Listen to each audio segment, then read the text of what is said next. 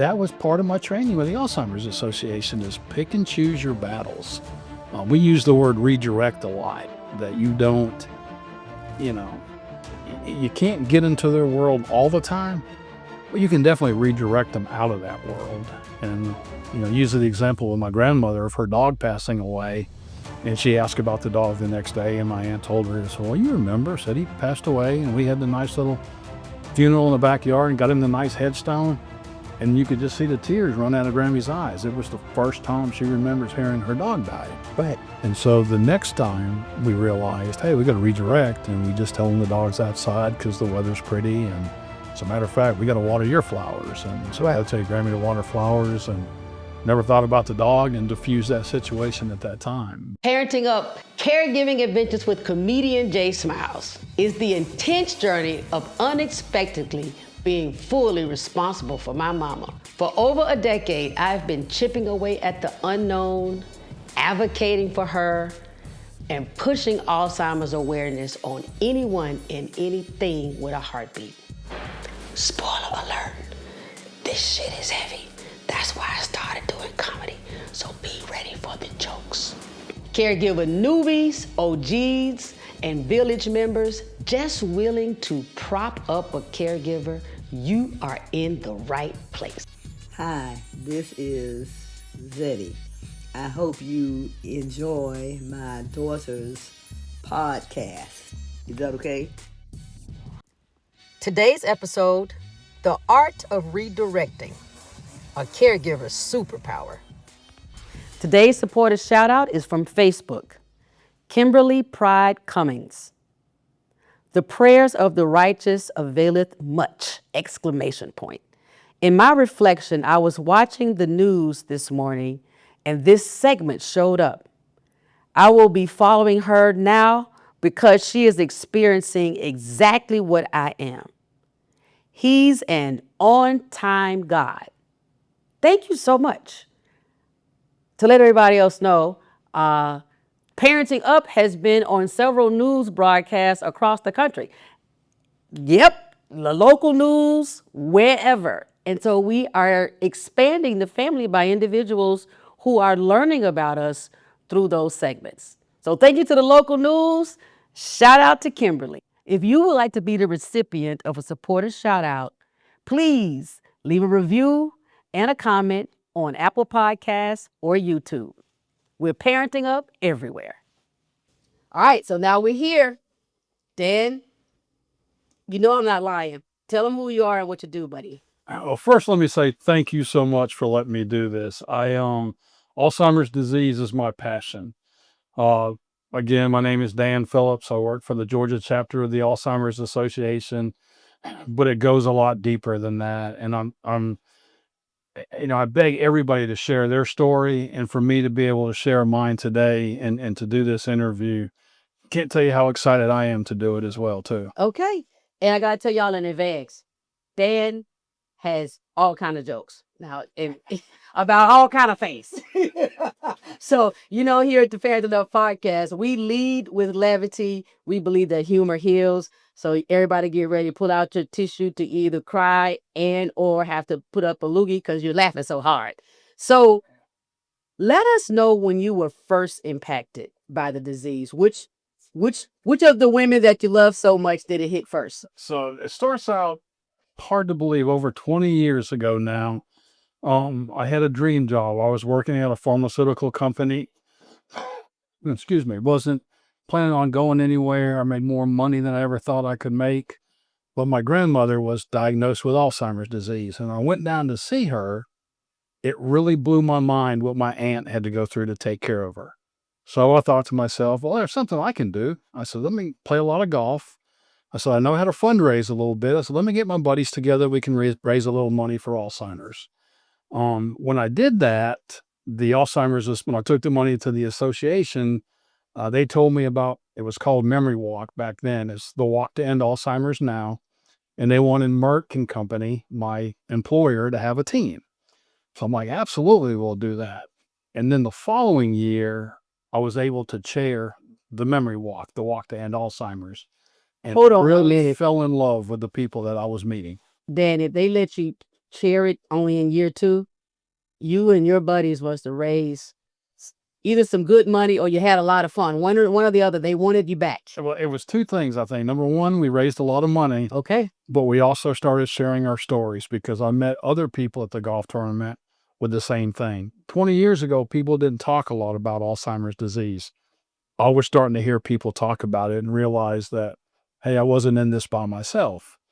And so after that second year, which I originally thought was tragedy, we got called and said that they were going to close the plant there in Albany, Georgia, and I didn't have a job. My first thought was, oh my God, what has all this bad stuff happened to me? What are you doing to me? But then I get a phone call from the Alzheimer's Association and it says, hey, we're looking for a development director. Nothing on my resume says I should be a development director except my volunteer work. And so my first thought was, well, I got a nice severance package from work, a nice little paycheck. I can do anything for a year. And then now fast forward 20 years later, I'm still working with the Alzheimer's Association. My grandmother has passed away, but all 3 of her daughters, including my mama, are now living with Alzheimer's. And then my wife, her mother just passed away after 14 years of Alzheimer's disease. And so, you know me, I'm the most optimistic guy that you're going to run across. And my first, thoughts could be, God, poor me. It's all in my family. Why does this happen to me? But I realized the good Lord put me where I was supposed to be in my line of work to meet so many other people that are dealing with the same thing. And we're able to help each other. And then not to mention, and we'll get into this a lot, I'm sure, but all the advancements that are being made in Alzheimer's disease and testing and in research. Again, when I first started, there was nothing. Right. And then now, we have a blood test, we have treatments. All that happened over the last 20 years. And I got to have a front row seat to that and help be a part of that, which is pretty cool. That's amazing. So you thought, I'm going to take this 1 year and hang out doing something that I love that you weren't getting paid for. We hear it all the time. What would you do if you could do whatever you wanted, right? And money wasn't an issue. And money wasn't an issue. So for that year, you had a nice little package to take care of the bills. Absolutely. So you said, I'm going to go and hang out with these Alzheimer's people. 20 years later, so you just kept doing it every year after year after year because of how much it means to you. How rewarding it was. Exactly. Yeah. What let you all know that your grandmother had Alzheimer's? Do you remember any of the symptoms or signs? I remember my aunt talking a lot about it. My aunt was her caregiver. She quit her job. She was a registered nurse to stay home with her. But we noticed it in the cookie. My grandmother was a big cook. Noticed things weren't tasting exactly right. And then we started noticing things were, said that she put them in the recipe, but yet they were still in the cabinet. So I think those were the first signs. I think we wanted to ignore that at first. Like a lot of people, it's like, well, she's just getting old. She's, it's not that serious. But glad my aunt had the, the know-how to, hey, this isn't right. This isn't just aging. Let me look a little bit further. And even though she couldn't get tested with a blood test or, the spinal tap test back then, what the doctors did was the normal test of the, draw the clock, right. and she failed that miserably. And so then we realized that something it was more than just getting old. Yeah. Yeah. It's, I got to tell you, definitely for Southerners, if people start messing up their recipes, I just want to go on record. Man or woman, if they have been the cook in the family, for holidays, birthdays, Sundays, Saturdays, no matter what your religion is, and then all of a sudden they put in sugar where salt should go, don't just say, oh, it's white and granular, so they got confused. No. Your grandmother, your uncle, if they've been barbecuing ribs for 40 years and all of a sudden they start barbecuing, sticks and wood off the branches of the tree and not putting meat on the grill, there's a problem. Absolutely. Or if the stuff starts coming out burnt, or if it doesn't have that barbecue flavor that it used to have, if they're forgetting things. And it's so easy for all of us. None of us want to see our parents become frail. And so even as much education as I had, we wanted to deny that, right? Yeah. It's like, hey, she's just getting old. Or as my sisters would say, well, mom's always been scatterbrained. Mom's always been, you know, witty. And we're like, yeah, but she always knew who her kids were, or she always, could get to work and get back home again. And that's what the signs we saw with my mom was getting lost a couple of times. And then, late, really, really late to like a birthday party, or we're all supposed to meet back at her house and she wasn't there, getting lost. And so that's probably the first signs we noticed. Thank God again that I worked with the Alzheimer's Association, because I had two sisters at that point were like, mom's always been scatterbrained. Right. That's going to happen. Mom's never been good with directions. Good and well, she's had to call or she's lost before. And you're Like, like, yeah, that's different though. That's going out of town. That's going to a new place. you might go to once or twice, in a couple of years' time. This was driving home to her house that she lived. Right. And again, we wanted to be in denial, which is no different than anybody else. And, going back to working with the Alzheimer's Association, I get to hear those same stories, and I realize that I'm not in it by myself, which is really cool. How did your sisters get on board? Or did you just kind of start taking mom to neurological appointments or something on your own and informing them later? Yeah, no, it's, an older sister of mine who is now my mom's caregiver, we were on the same page. It was convincing the younger sisters, right? Okay. And so association, things like, it's not like every day. Right. Like there's some days that are good days. Even today, there's some days that are good days. And my sisters would think, well, I called mom yesterday and she sounded good. I'm like, absolutely. We would share information with them. Yeah, this happens. They do have good days. They do have where they remember. But it's the time in between that they don't.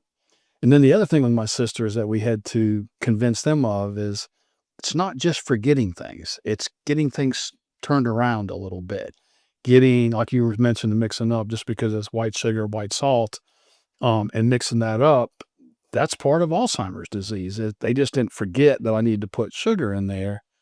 They knew they needed to put it in there, but they mixed up salt with sugar. Exactly. And so once we started convincing my sisters of that, then they kind of got on board a little bit. But our issue then became mom never got the diagnosis. And this is to me, it's a horror story for me. And I think about it, but when we took her, when we knew something was going on, we said, we've got to get a diagnosis. We, at that point, new drugs were coming out. We didn't know if mom qualified for it, but we got to get a diagnosis. And so I had them FaceTime me when she had her appointment.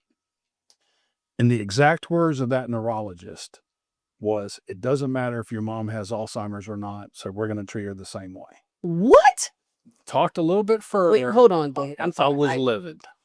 Hold on a second. I got to make sure that I keep my words together. Even though, this is an adult-ish show, I don't want to use all the swear words that I've ever heard in my life.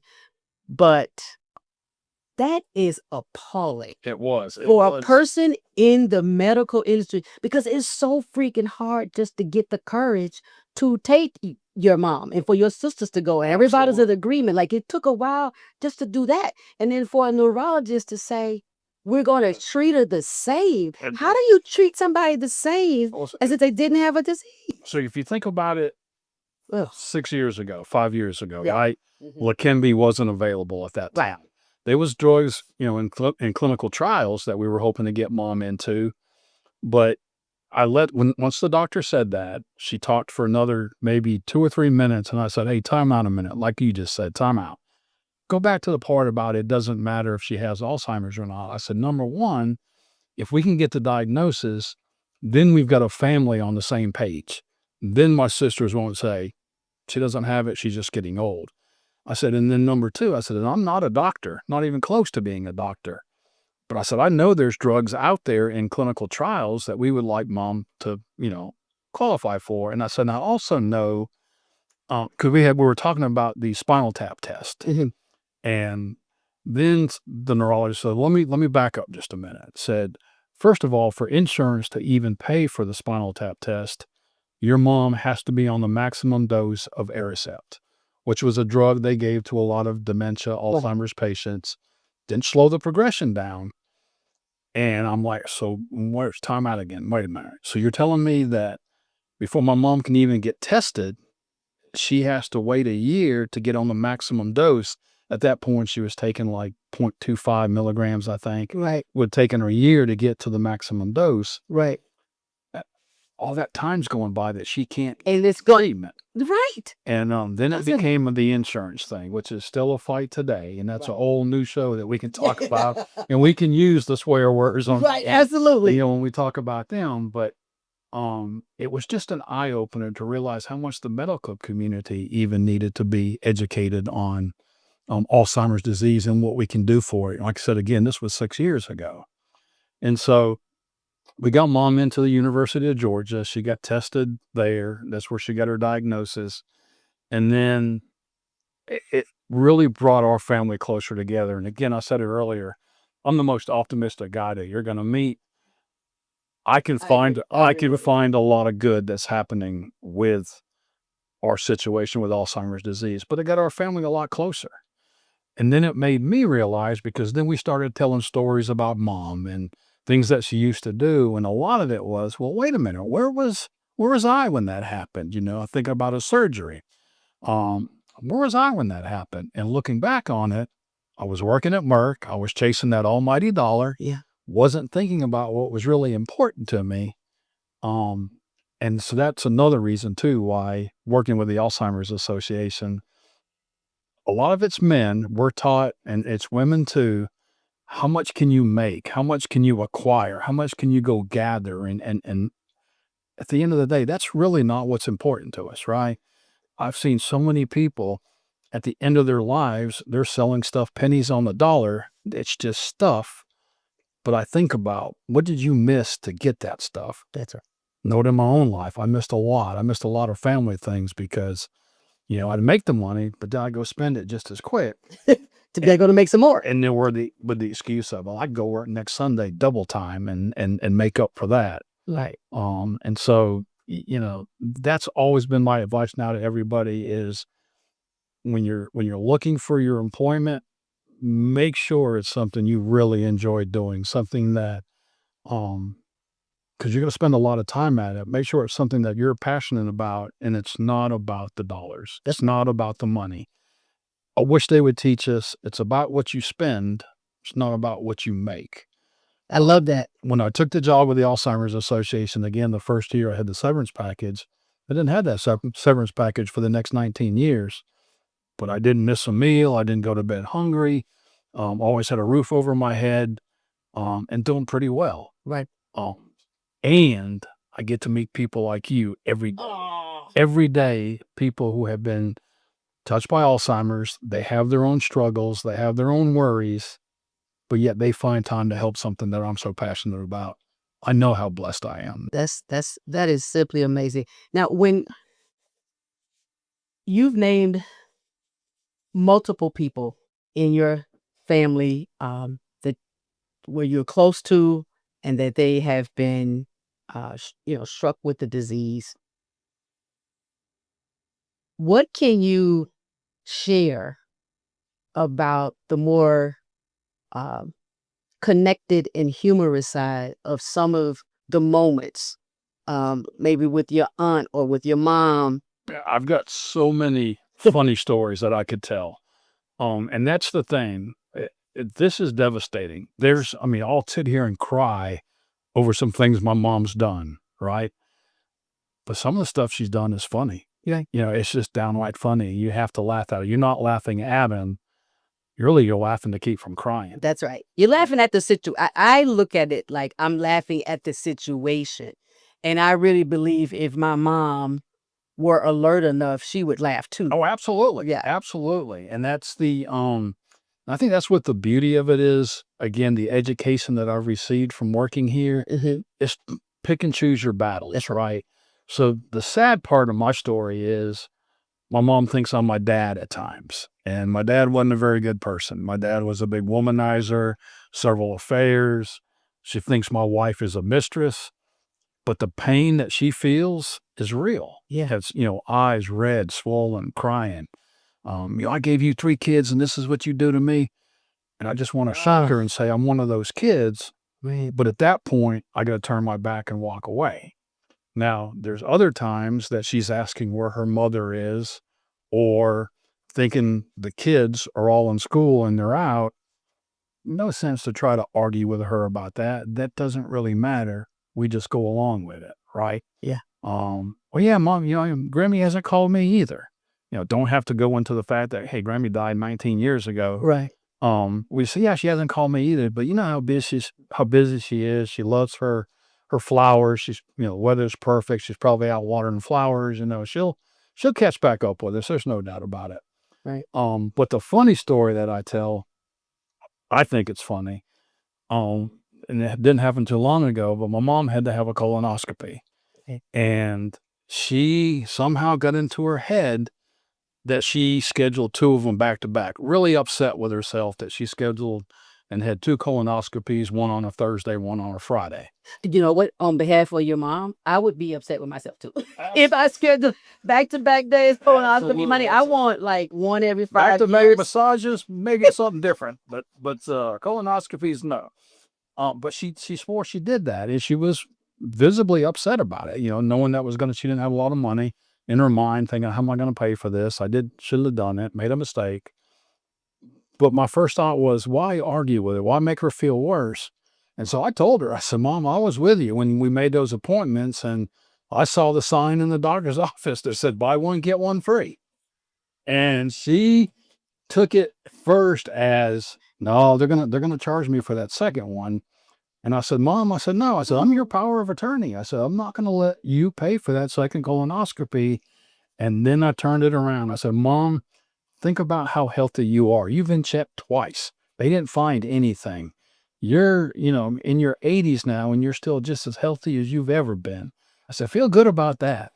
And then she's all smiles again. She's not upset at herself for, I love it. Scheduling 2 colonoscopies, what she did do. But that was part of my training with the Alzheimer's Association, is pick and choose your battles. We use the word redirect a lot, that you don't, you can't get into their world all the time, but you can definitely redirect them out of that world. And, using the example with my grandmother of her dog passing away, and she asked about the dog the next day, and my aunt told her, well, you remember, said he passed away, and we had the nice little funeral in the backyard and got him the nice headstone.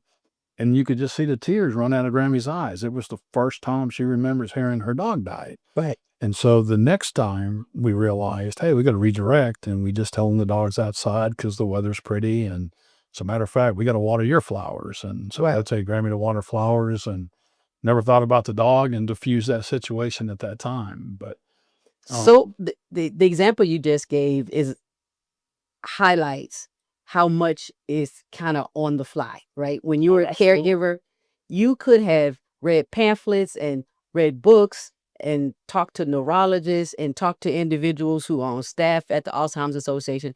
But when you get in it and a moment happens and you weren't quite prepared, maybe you didn't have enough sleep the night before, maybe you haven't eaten lunch yet.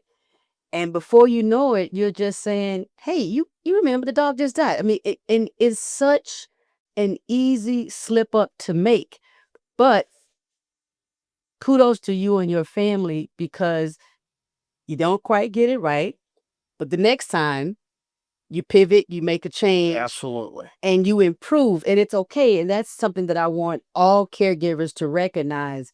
You don't get it right all the time, even if you know what the standard of care is, and this is we redirect and we don't say this, you're going to miss it. But don't beat yourself up about missing it. Just be more prepared the next time an event can happen that gives you an opportunity to maybe, like I like to call it, the lie of love. Yeah. I used love to that. have such a hard time in the beginning. It's your mom. You can't lie to your Oh, mom. I can't lie to her You gotta face. tell her exactly what's going I on. gotta tell her.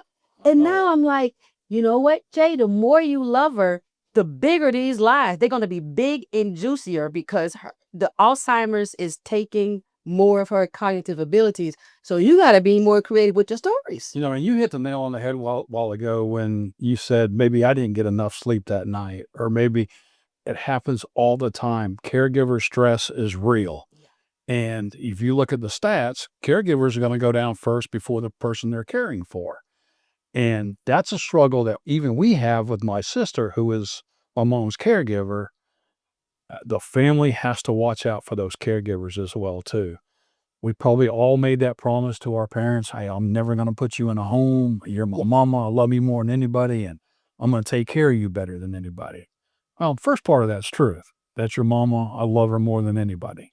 But there comes a time when somebody can do a better job taking care of them than you can. Doesn't mean you love them any less. Correct. Doesn't mean you're giving up on them.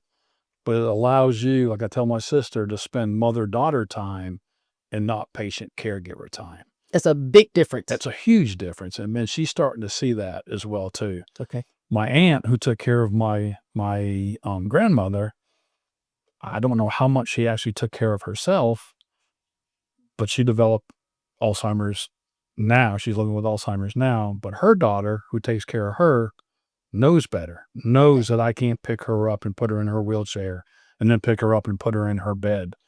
We're thankful that mom can still get around and walk, but it's going to come to a point of that. My sister has to realize, at some point I got to step back and get some help, and she's going to do that. We'll pray that that will be a smoother transition than some of the other stories we've heard about. Absolutely. I mean, horror story I heard, it was at one of our leadership summits where a guy, the mother was diagnosed with Alzheimer's. The dad had the attitude, I'm going to take care of her. I love her more than anybody. And the son was like, Dad, no, we've got a long-term care policy. We have money. Right. That's not your job. No, that's my wife. I love her. And then he gets a phone call, months down the road, Dad had a heart attack, passed away. And so now he's got to take care of his mom, put her into a home without his dad. So mom ended up in a facility anyway. And then the father sooner, right? And yeah. Yep. And then the father's not around, the husband's not around. But again, it's, I think we'll be going to our grave fighting that for a caregiver to say, I need help. They just can't say it. Yeah, I can't say it. Absolutely. I'm out here advocating for caregivers, and I'm feeling more like my grandfather now. Don't do what I do what I say. Right. So I'm telling caregivers all the things I've learned here at the Alzheimer's Association about what is better for us and what my doctors are telling me what's better for me. But I will admit, I'm not always good at doing it. I at least now am aware that it would be better if my back doesn't go out, if I don't have a heart attack, if I don't have a stroke, if I don't develop diabetes. And I know that intellectually, but it doesn't mean that I'm good day in and day out at separating my mom's needs from my personal responsibilities. So but I appreciate your stories though, because the more stories like we share, then the more common this can feel, because so many people still feel like Alzheimer's is happening across the street or over there in those other people's houses, and they don't recognize that no, it's likely that someone has dementia. They may not have been diagnosed yet, but they probably do have it. Or they don't have the same issues, right? We've all got a different story to tell. And so somebody might think, oh my God, my mom doesn't know her own son. I'm not going to share that with anybody. But when I do, I hear other people say the same thing. Oh yeah, she thinks I'm, Right. And then, again, when I took this job, I knew I was helping others. Right. I just didn't know how much it was going to help me down the road too. How has it helped you? Like, kind of specifically, what did you like? I'm better off now because number one, the education. Number one, not having to, argue with my mom or, those situations. And you probably know this as well too. Some of the things my mom says sometimes, just disrespectful. It's just, my sister has been over backwards, and she'll say things like, you're always telling me what to do.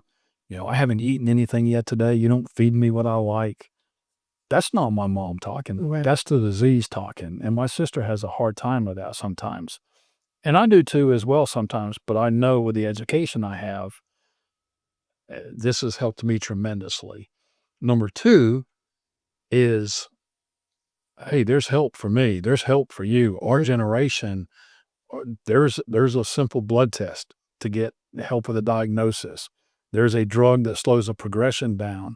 But more importantly, there's healthy habits that we can all do now Yes. to prevent from getting Alzheimer's disease. That's right. That's a game changer, right? Huge. The things, you hear about it, it's like, yeah, that's good for your heart and your lungs. You eat right, you exercise, those type things. But scientifically proven now that it helps your brain. And so we have to watch our blood pressure. Been doing that a lot better. Trying to stay active, trying to keep the brain active. Those are things that's helping myself, my sisters, my generation to try to starve off getting Alzheimer's disease. And again, I'm skeptical to use the word cure, but we're just trying to buy time, right? If I had my mom like she was 5 years ago, yeah, we heard the same stories over and over. She might have the air conditioner on in the wintertime, but she knew who I was. She didn't think I was my dad. She didn't, those type things didn't happen. So, don't want to have breaking news for everybody, but none of us are going to get out of here alive. We're just trying to buy more time that we have a healthier end of life. To me, my wife said it the best. Her mother had the best care. Her son knew he couldn't do it. They live in New Jersey. Okay. And my wife's here in Georgia. She couldn't do it from a long distance. My mother-in-law was really good with getting, her first husband died early, really good about getting a long-term care policy, made some really good investments. And so she had a little bit of money. They knew right away, let's get her into a place where the son doesn't have to take care of her. And she did. She lived 14 years, went through every bit of that money and then some. But she was safe. She was healthy. They fed her. But she dwindled right down to where she weighed 79 pounds. Wow. This was just a couple of months ago when she passed away.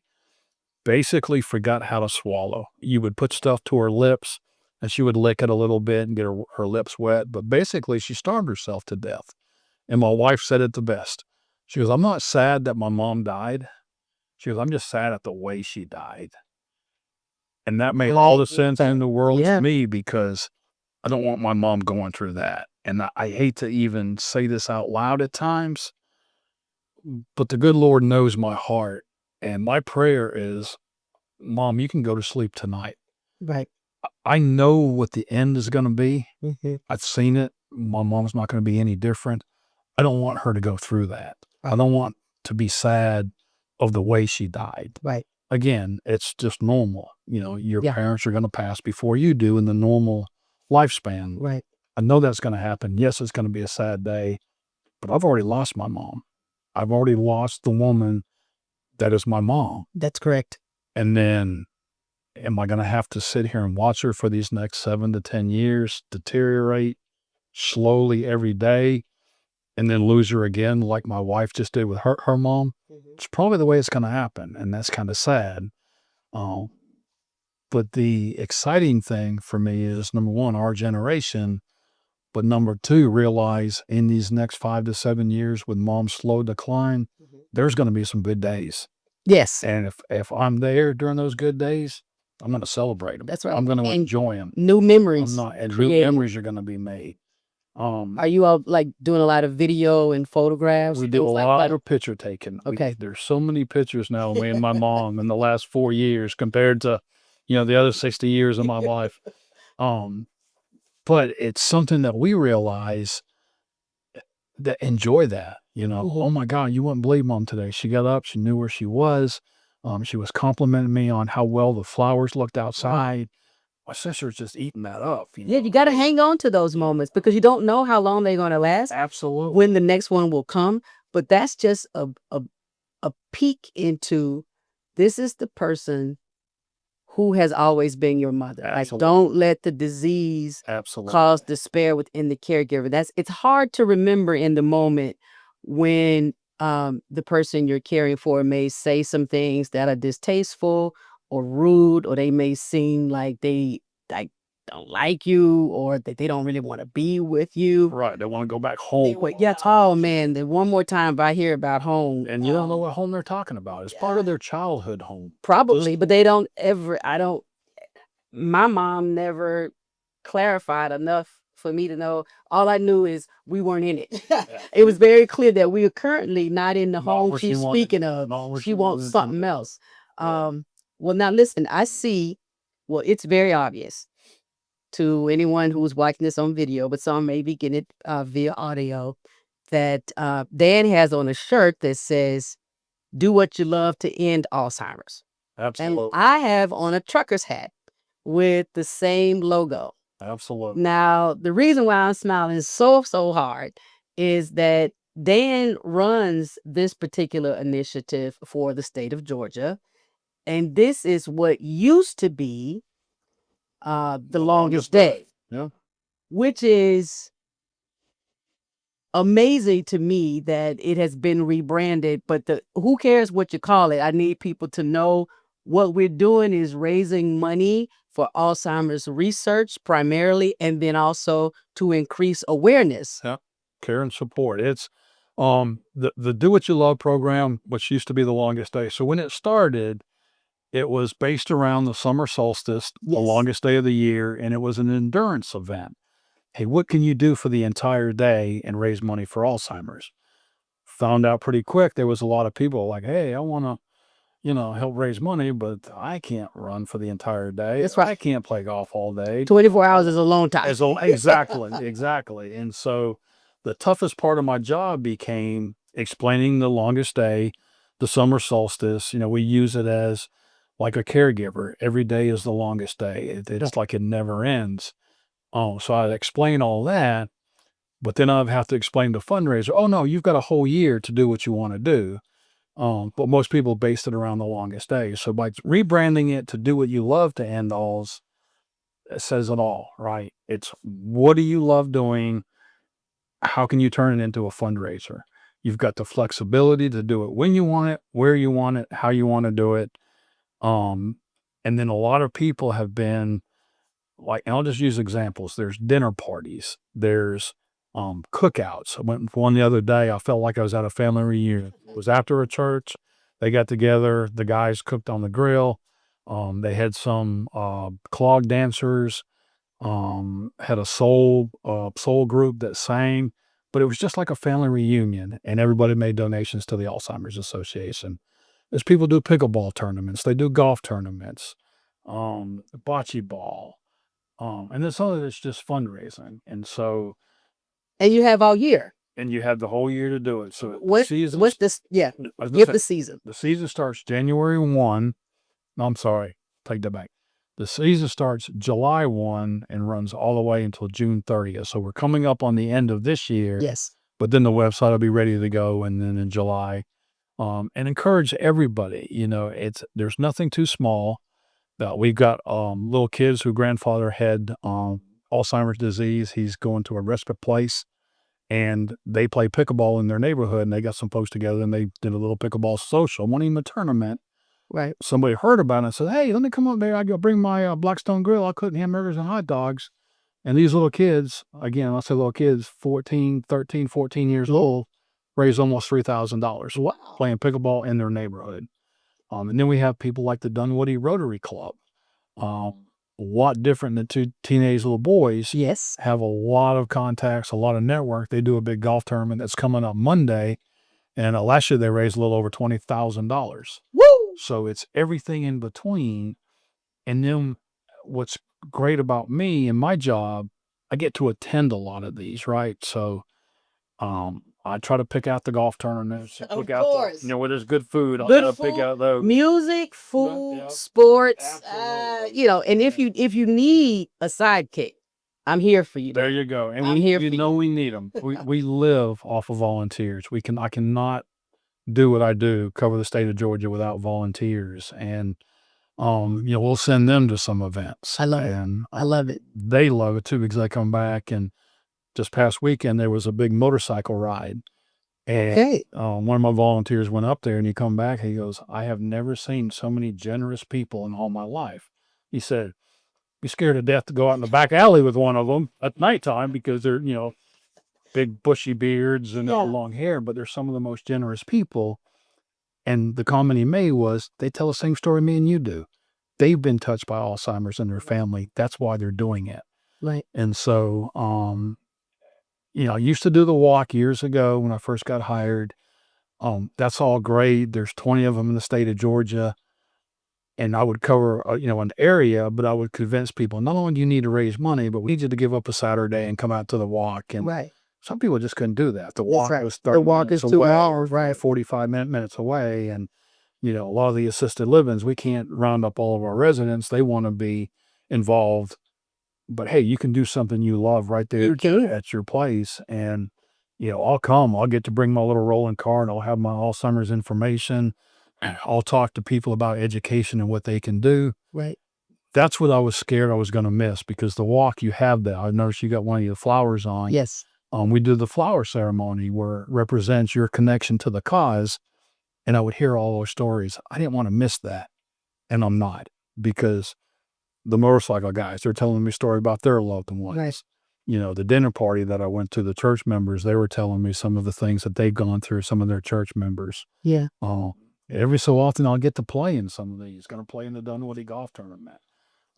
Tell me that's work. Amen. Tell me that's work. It doesn't sound like it. Not for you, at least. Absolutely. Not for you. I don't know if everyone would agree, but I know what it means to you. And I know that when I met you, it was so obvious how exuberant you were about it. At that time, it was still the longest day was the brandy, but that's how we met initially. And because of how much it's touched you personally, to watch you then pour so much into the general Alzheimer's community, not just your family, not just your neighborhood, not just your church, but like everybody across the nation, dare I say, across the world that you can impact by telling your stories.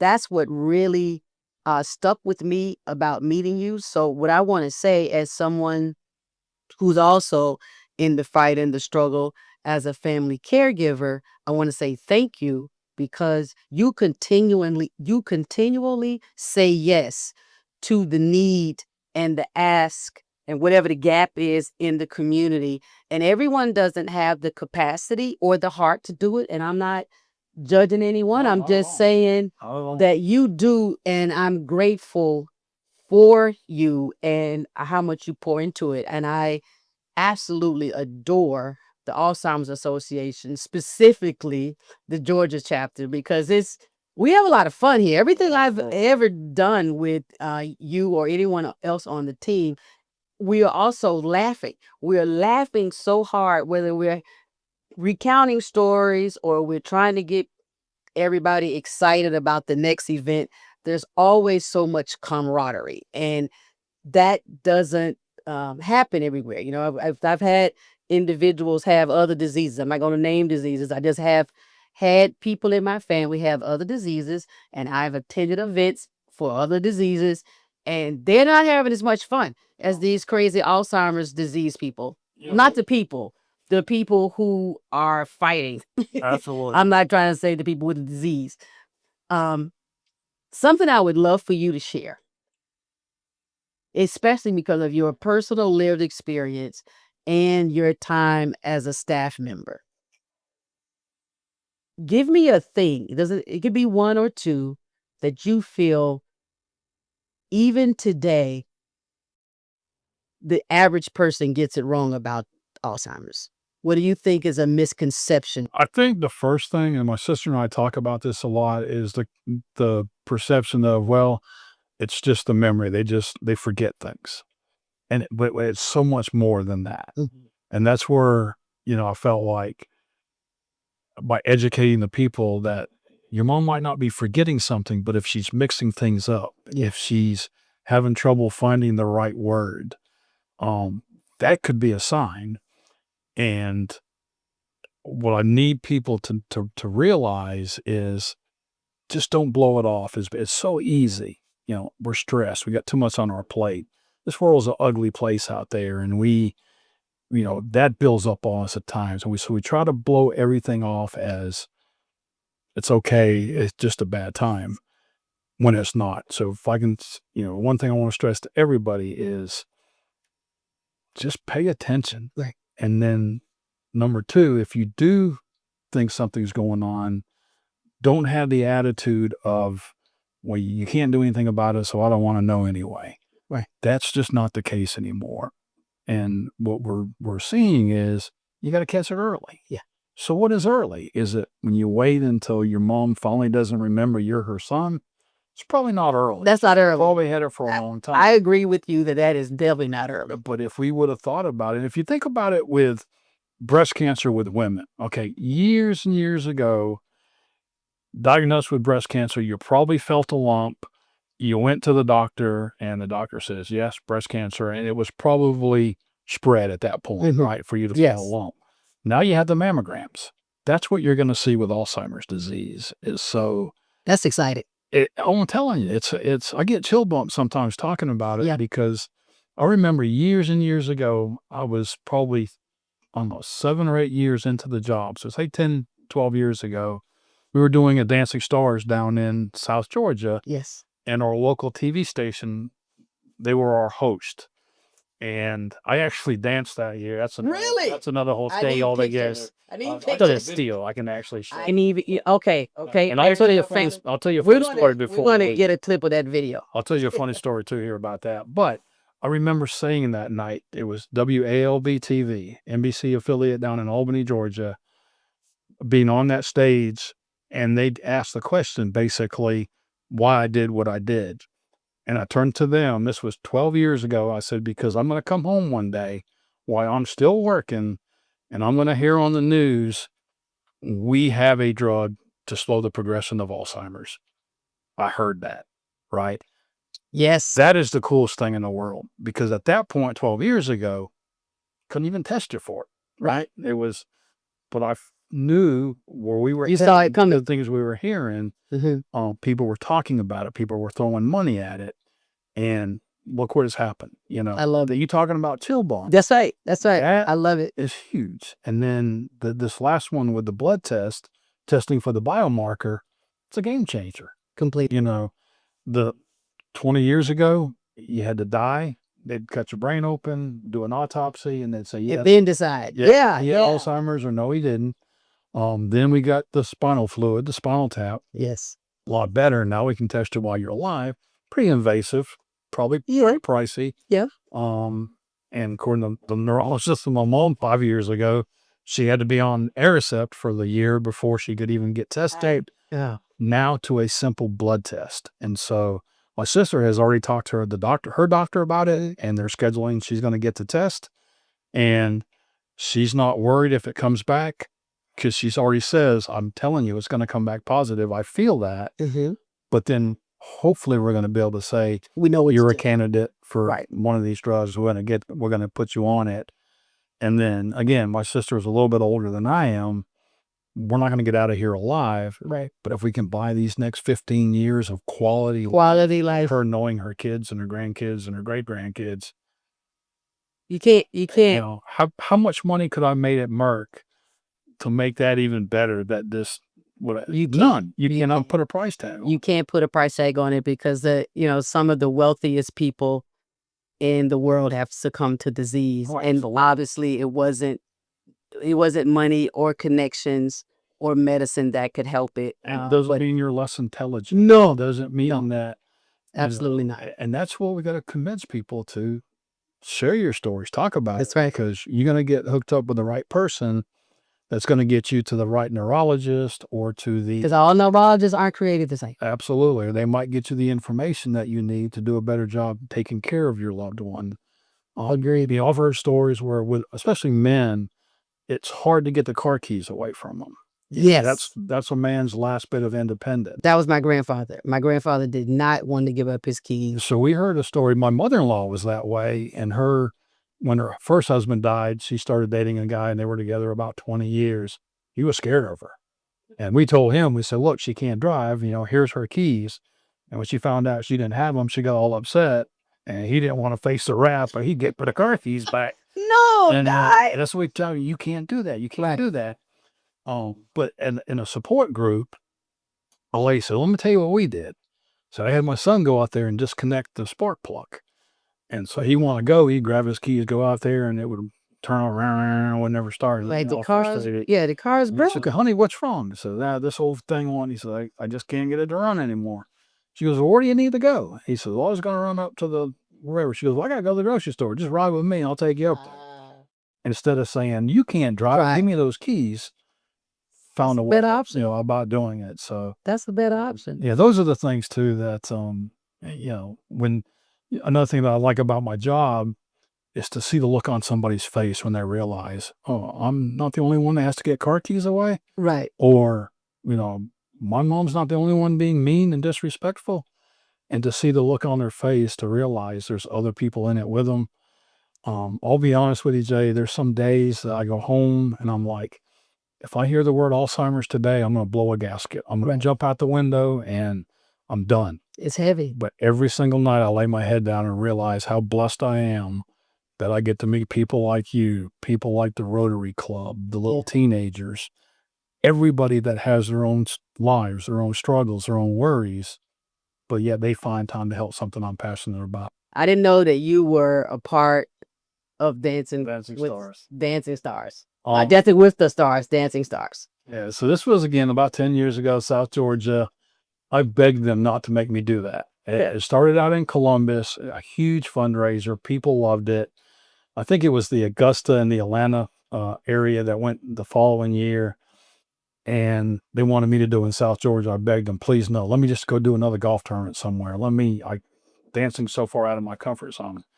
But we did really well down there, did it again the next year. And so I had told my committee, hey, if we can break the record next year, I'll dance. Okay. Knowing we weren't going to break the record. We had a phenomenal year. Well, they brought in another whole stream of revenue. They got a big diamond from a local jewelry to auction off down there, and they broke the record. So as I tell the powers to be here at the Alzheimer's Association, I got to dance. They were saying, well, Dan, no, we kind of want the community, the elite in the community. You already raised money. Right. I'm like, thank you. But the committee got mad. They're like, no, you promised. You got to do it. So then they told me, well, you could be the entertainment, they said. So worked with a pro dancer down there and my wife. And you've seen the movie Grease. Yes. Where they come back to the high school. It's like American Bandstand. Yep. It's not American Bandstand, but it's the, like the dance show, and they film it.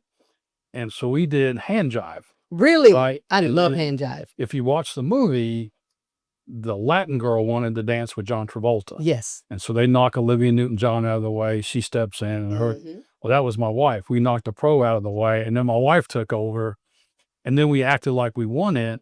And so then we had a spotlight, slow dance, Blue Moon. Okay. And the guys wanted to come out and moon the camera. And so we had 3 guys, there's pictures, and to this day, the guy doesn't live it down, but we had some black shorts made up under their pants that said the hashtag end ALZ. I love it. And so they come out as we're doing that, spotlights on them, and they pull their pants down, and it's hashtag end. And this guy pulls his black shorts down and doesn't know it. So it's red plaid boxers. So hashtag end red plaid boxers. And he took down his ALZs. He did not know it. And so this guy was a school teacher. He's actually retired now. Yeah. He worked with my wife. He would not even, they would see each other in the hallway and he'd go the other way. He's like, I had one job to do, pull my pants down. I couldn't even do it.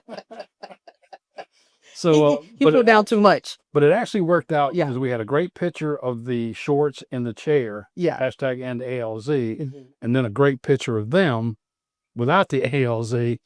And the social media post was an imperfect ending to a perfect evening. I love it. And we ended up raising like $140,000 a day. And, I think, now I know the next fundraiser I have, the deal is I got to get you and your wife in the middle of the floor. We will come do it. But that was the last year that we did Dancing Stars in South Georgia.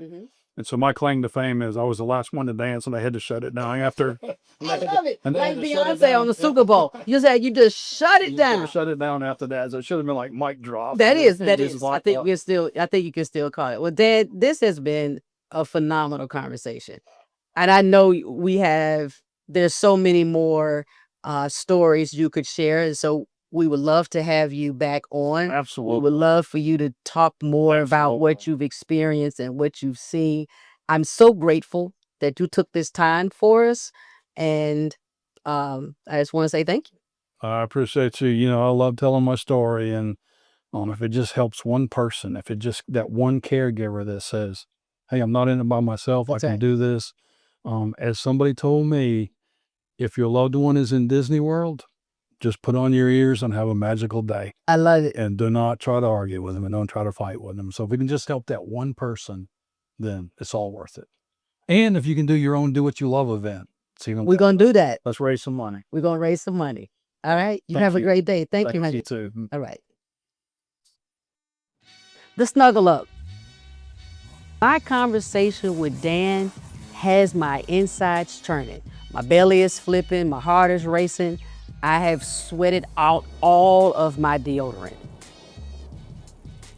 My hugest takeaway, the real underlying snuggle up for me is once you're impacted by Alzheimer's, it never leaves you. Like once a caregiver, always a caregiver. If you're an Alzheimer's advocate, you're going to remain an Alzheimer's advocate. I am so inspired by Dan's 100% dedication to doing all he can for this disease that has ravaged his family. This man was in pharmaceuticals 20, 30, I don't know how many decades ago. You know how good that money was? You know how easy it likely would have been for him to work somewhere else? So the Merck facility closed, but I bet he could have got a job somewhere else doing something similar. But no, he followed his calling. So let's do that, everybody, as much as you can. What is the thing that gets your belly tossing and turning? If it's advocacy for Alzheimer's, cool. But if it's not, you deserve it. You deserve that if you're putting out the effort and the energy towards a job, you deserve to love it, right? Love yourself enough to love what you do. Thank you for tuning in. I mean, really, thank you so very much for tuning in.